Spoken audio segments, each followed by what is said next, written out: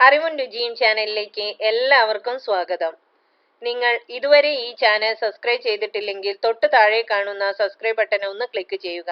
തൊട്ടടുത്തുള്ള bell icon കൂടി click ചെയ്താൽ നിങ്ങൾക്ക് ഞാൻ അപ്ലോഡ് ചെയ്യുന്ന വീഡിയോകൾ, ക്ലാസുകൾ അപ്പോൾ തന്നെ ലഭിക്കുന്നതായിരിക്കും. അപ്പോൾ നമുക്ക് ഇന്നത്തെ ക്ലാസ്സിലേക്ക് കടക്കാം. കുട്ടികളെ, ഇന്ന് നമ്മൾ പഠിക്കാൻ പോകുന്നത് കളിവീട് എന്ന പാഠമാണ്. ആരുടെ കളിവീട്? ആരുടേതാണ്? ചിത്രത്തിൽ കാണുന്നില്ലേ? നമ്മുടെ സാവിത്രിക്കുട്ടിയുടെ അല്ലേ? സ്വപ്നത്തിലെ വീട്.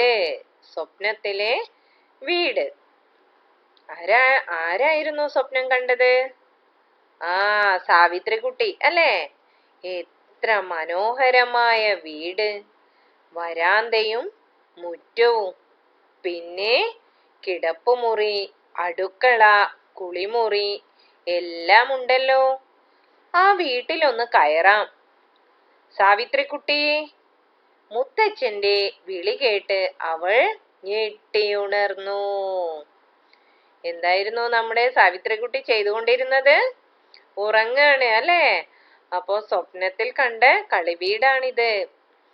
നോക്കിക്കേ മക്കളെ, എന്ത് ഭംഗിയാണല്ലേ ഈ വീട് കാണാൻ. ആരൊക്കെയായിരുന്നു ഉണ്ടായിരുന്നത്? നമ്മൾ പഠിച്ചിരുന്നല്ലോ. അച്ഛൻ, അമ്മ, 3 പെൺകുട്ടികൾ അല്ലേ? അപ്പോൾ എന്ത് ഭംഗിയുള്ള വീടാണിത് ഉണ്ടാക്കിയിരിക്കുന്നത്. എന്തൊക്കെയാണ് ഈ വീട്ടിലുള്ളത് പറഞ്ഞേ? വരാന്തയും നല്ലൊരു മുറ്റവും ഉണ്ട്. പിന്നെയോ?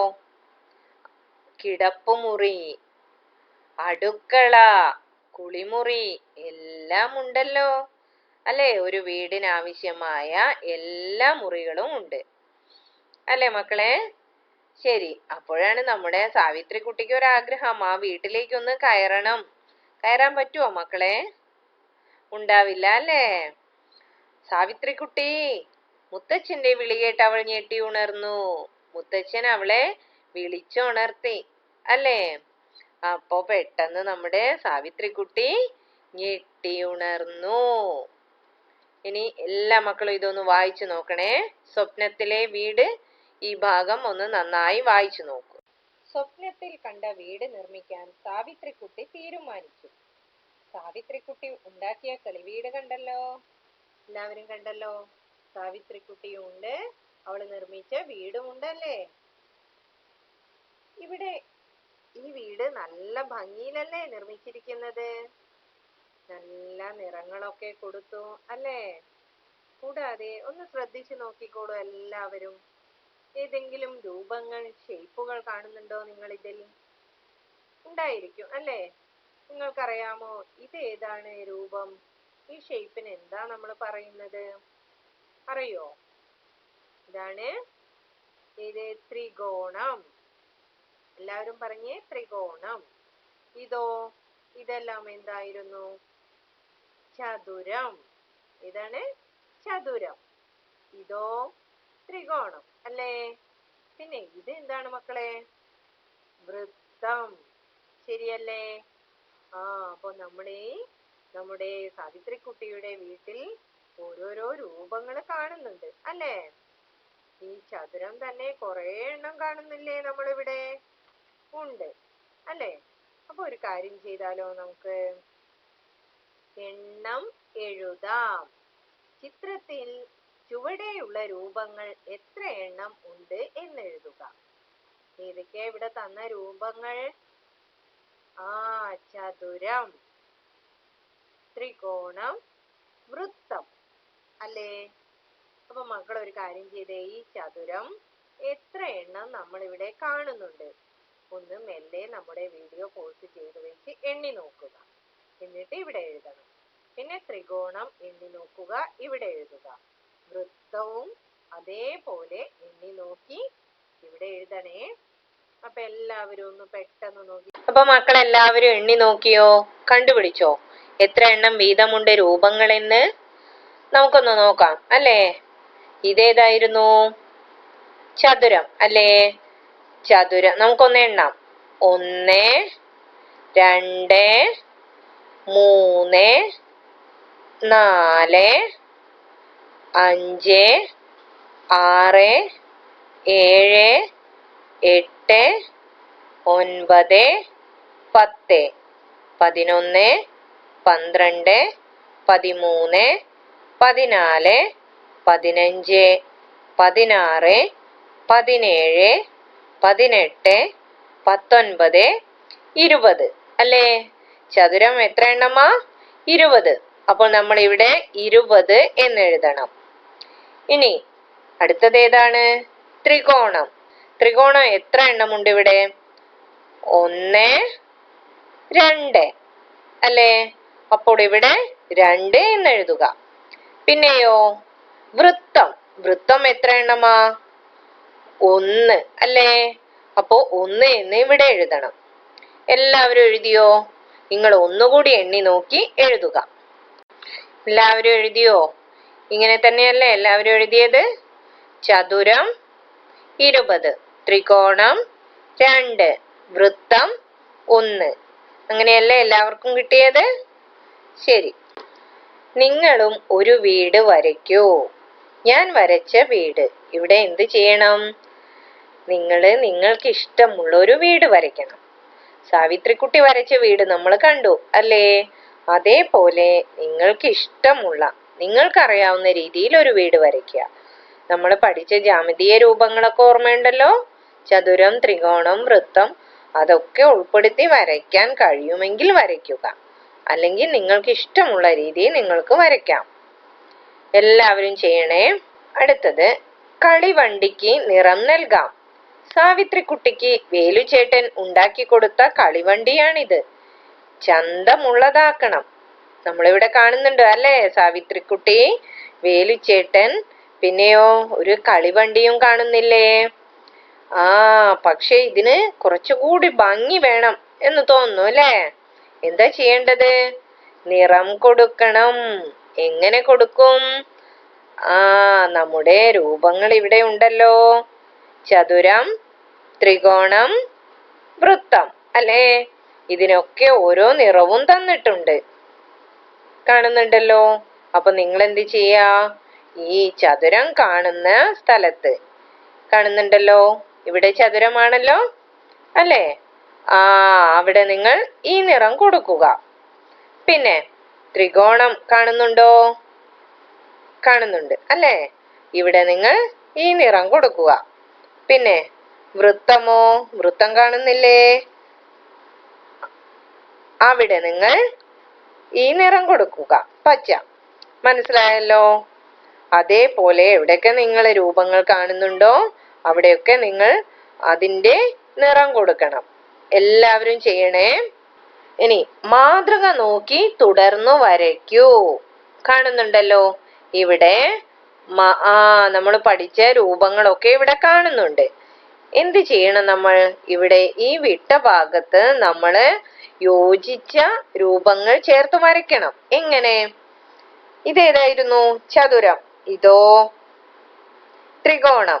വീണ്ടും ചതുരം, ത്രികോണം, ചതുരം, ത്രികോണം, ചതുരം. ഇനിയോ ത്രികോണം. അത് കഴിഞ്ഞാലോ ചതുരം, വീണ്ടും ത്രികോണം, വീണ്ടും ചതുരം, വീണ്ടും ത്രികോണം. മനസ്സിലായല്ലോ? ഒരു പാറ്റേൺ ആണ് അല്ലേ? ഇവിടെയോ ത്രികോണം, വൃത്തം, ത്രികോണം, വൃത്തം. ഇനി ഇവിടെ കഴിഞ്ഞിട്ട് ഇവിടെ എന്താ വേണ്ടതെന്ന് നിങ്ങൾ തീരുമാനിച്ച് നിങ്ങൾ ചെയ്യുക. അതേപോലെ ഇവിടെ ചതുരം, ത്രികോണം, വൃത്തം മൂന്നുമുണ്ട്. അപ്പോൾ ഇനി ഇവിടെ കഴിഞ്ഞിട്ട് എന്താ വേണ്ടതെന്ന് വെച്ചാൽ നിങ്ങൾ തയ്യാറാക്കുക. എല്ലാവരും ചെയ്യണേ. കണ്ടല്ലോ, എല്ലാവരും ഇങ്ങനെ തന്നെയാണോ ചെയ്തത്? മാതൃക നോക്കി തുടർന്ന് വരയ്ക്കൂ. കണ്ടല്ലോ, നിങ്ങൾ ഇതുപോലെ തന്നെയല്ലേ ചെയ്തത്? ത്രികോണം, ചതുരം, ത്രികോണം, ചതുരം, ത്രികോണം, ചതുരം. ഇവിടെയോ?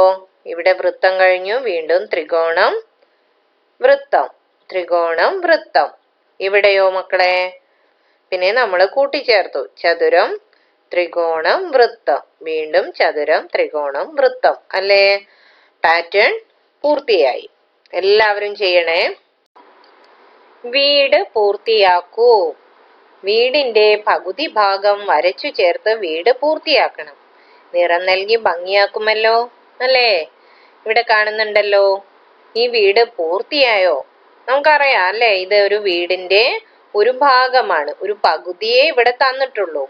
ബാക്കി നമ്മൾ വേണം വരച്ചു ചേർക്കാൻ. എങ്ങനെ ഇത് വരയ്ക്കും? പെട്ടെന്ന് വരയ്ക്കാൻ കഴിയോ? പെട്ടെന്ന് വരയ്ക്കാൻ കഴിയും. എങ്ങനെ? ഇവിടെ നമുക്ക് ഡോട്ടുകൾ, ചെറിയ കുത്തുകൾ തന്നിട്ടില്ലേ? ആ കുത്തുകൾ നമ്മൾ യോജിപ്പിച്ച് വരയ്ക്കണം. എല്ലാവരും സ്കെയിലും പെൻസിലും എടുത്ത് വരയ്ക്കണം. വെറുതെ കൈകൊണ്ട് വരയ്ക്കരുതേ, സ്കെയിൽ ഉപയോഗിച്ച് വരയ്ക്കാം. ഓക്കെ, സ്കെയില് വെച്ച് വേണം നിങ്ങൾ പെൻസിൽ ഉപയോഗിച്ച് വളരെ കൃത്യമായി വരയ്ക്കണം. എങ്ങനെ? നമുക്കൊന്ന് നോക്കാം. ഇതാ ഇവിടെ ഒരു ചുവന്ന ഡോട്ട് ഉണ്ട്. ആ ഡോട്ടിൽ നിന്ന് നമ്മൾ ഇവിടേക്ക് സ്കെയില് വെക്കുക. പിന്നെയോ മക്കളെ? പിന്നെ ഇവിടെ നിന്നും ഇവിടേക്ക് നീട്ടി വരയ്ക്കണം. പിന്നെയോ? പിന്നെ ഇവിടെ ഒരു ഡോട്ടില്ലേ? ഇവിടെ നിന്നും താഴേക്ക് വരയ്ക്കണം. പിന്നെയോ? പിന്നെ ഇവിടെ ഒരു ഡോട്ടില്ലേ? ഇവിടെയും. ഇവയെ തമ്മിൽ വരയ്ക്കുക.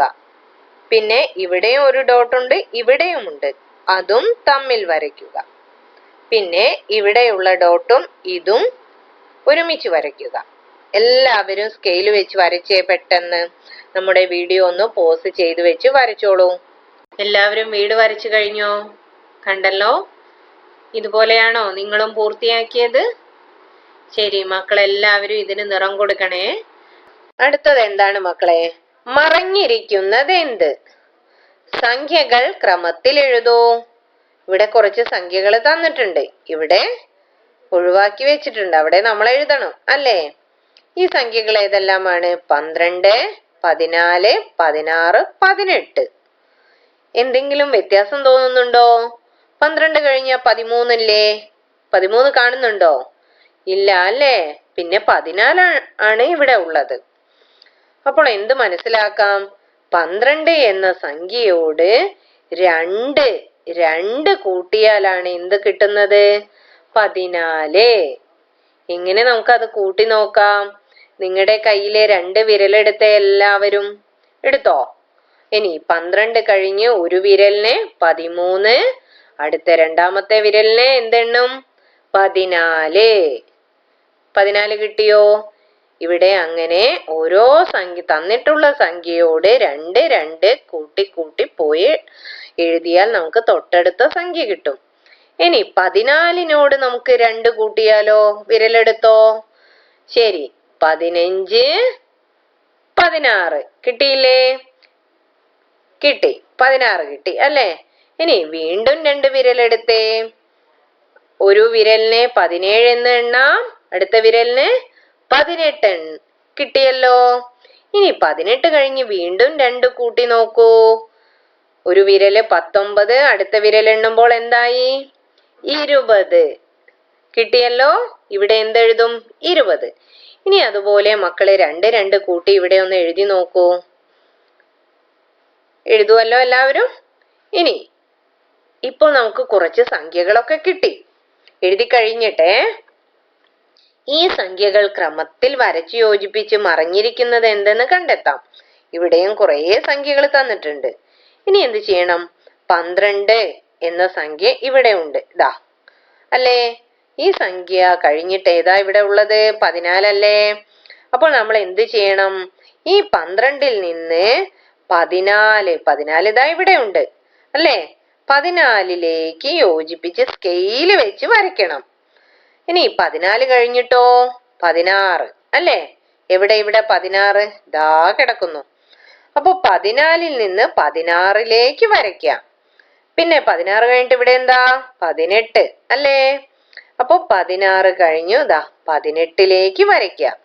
ഇനി തുടർന്നുള്ള സംഖ്യകൾ മക്കള് കണ്ടുപിടിച്ചതിന് ശേഷം ആ സംഖ്യകൾ ഇവിടെയുള്ളതിനേക്ക് നമ്മൾ എന്ത് ചെയ്യണം? സ്കെയിൽ വെച്ച് വരച്ച് യോജിപ്പിക്കണം. അപ്പോൾ നമുക്ക് മറഞ്ഞിരിക്കുന്നത് ആരെന്ന് കണ്ടുപിടിക്കാം. മക്കളെല്ലാവരും നമ്മുടെ ക്ലാസ് വീഡിയോ ഒന്ന് പോസ് ചെയ്ത് വെച്ച് ഒന്ന് ചെയ്തു നോക്കണേ. ഒരു 10 മിനിറ്റ് മതിയായിരിക്കും അല്ലേ? എല്ലാവരും ഈ സംഖ്യ കഴിഞ്ഞിട്ട് അടുത്ത സംഖ്യ ഏതെന്ന് കണ്ടുപിടിക്കാൻ 2 വിരലെടുക്കുക. എന്നിട്ട് 18 കഴിഞ്ഞിട്ട് ഒരു വിരലിനെ 19 എണ്ണാം. അടുത്ത വിരലിന് എന്ത് എണ്ണാം? 20 അല്ലേ? അപ്പൊ 20 കിട്ടിയല്ലോ.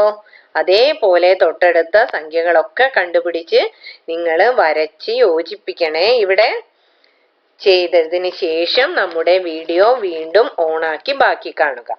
അപ്പൊ മക്കളെ എല്ലാവർക്കും കിട്ടിയോ? ഇതുപോലെ തന്നെയാണോ നിങ്ങൾ എഴുതിയത്? കാണുന്നില്ലേ? 18 കഴിഞ്ഞു, 20 കിട്ടിയില്ലേ? എങ്ങനെ കിട്ടി?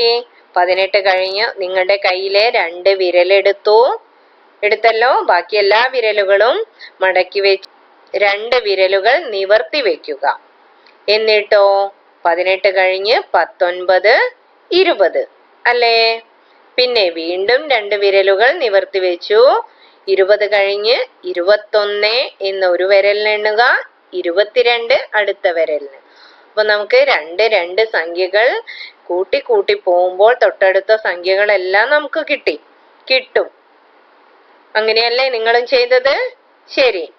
ഇനി മക്കളെ ഈ കിട്ടിയ സംഖ്യകൾ വെച്ച് ഇവിടെ വരച്ച് യോജിപ്പിച്ചോ? യോജിപ്പിച്ചിട്ടുണ്ടായിരിക്കും അല്ലേ? 12, 14, 16, 18, 20, 22, 24, 26, 28, 30, 32, 34. ഒളിഞ്ഞിരിക്കാണ് മക്കളെ വീട് അല്ലേ? എല്ലാ മക്കളും ചെയ്തല്ലോ. നിങ്ങൾക്ക് എല്ലാവർക്കും എൻ്റെ ക്ലാസ് ഇഷ്ടപ്പെട്ടിട്ടുണ്ടായിരിക്കും, മനസ്സിലാവുന്നുണ്ടായിരിക്കും എന്ന് കരുതുന്നു. ഇനി നിങ്ങളുടെ അഭിപ്രായങ്ങൾ നിങ്ങൾക്ക് കമന്റ് ബോക്സിൽ അറിയിക്കാവുന്നതാണ്. ഇനി എന്താ, നമുക്ക് പുതിയൊരു ഭാഗവുമായി അടുത്ത ക്ലാസ്സിൽ കാണാം.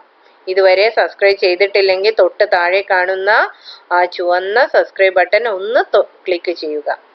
ശരി, എങ്കിൽ വീണ്ടും കാണാം. Thank you.